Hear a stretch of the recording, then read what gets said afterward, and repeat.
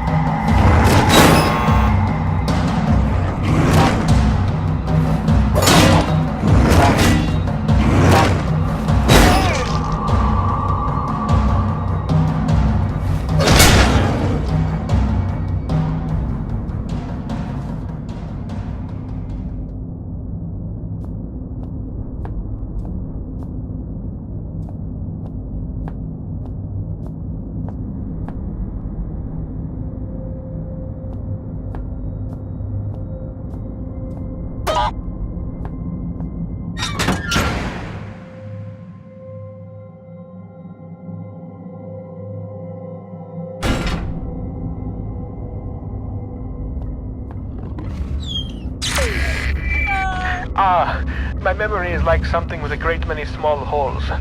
We shall be needing to perform some minor demolition work so that we might one day meet again. For this task, we shall require the use of a large, earth-eating metal monster, and that monster is thirsty for juice from the place where things are kept.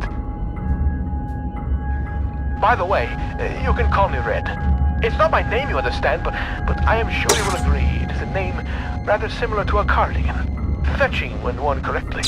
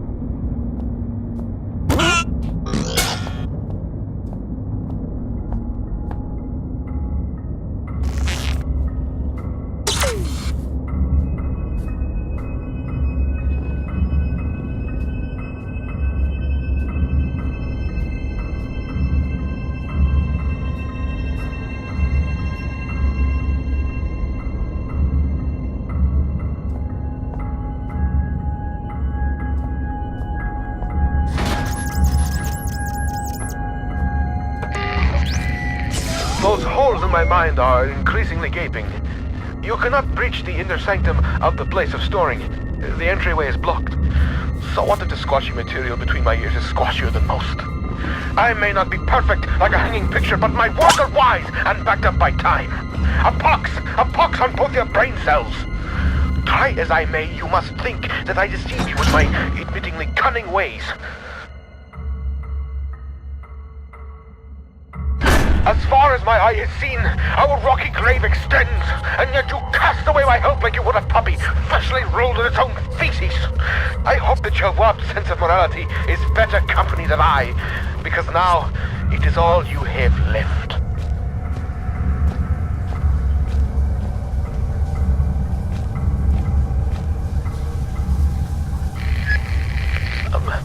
I'm sorry. Sometimes my emotions are like a disobedient pet. Uncontrollable and often rolling in shit. Better safe than sorry, they say. But I think we are both sorrier than we are safe. A tunnel lies between a nearby watery cave and the place where things are kept. Take the second right from the closed door, and you will find what you seek.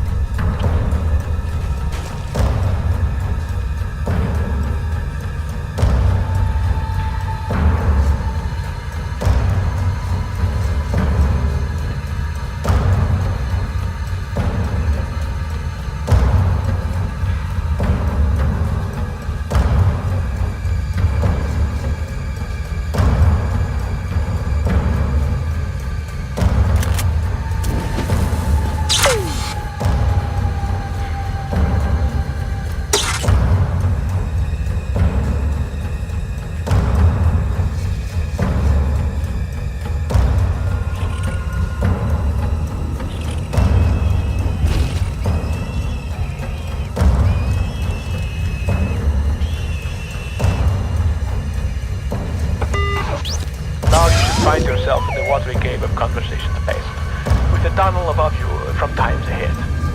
In this tunnel, for both our sakes, be careful, not curious. I have already spoken to you about the cat, and repeating myself is not only out of the question, but out of the window and climbing down the guttering.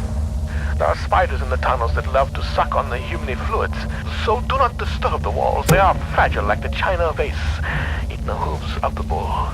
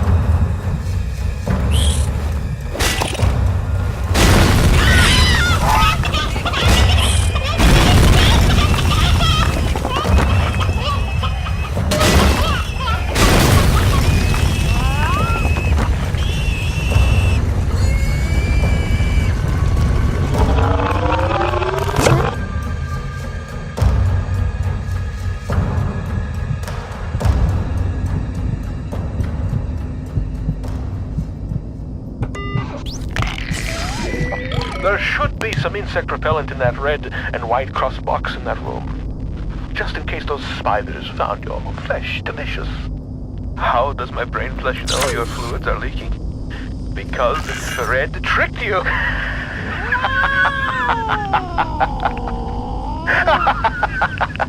The spidery tunnel was far from a necessary evil. More so, it served as a well-deserved punishment. You thought my mind had been lost to the ravages of time, but poetic justice has struck with a sonnet and an 8-legged baptism of fire. With justice now served cold, I hope that we can be good friends.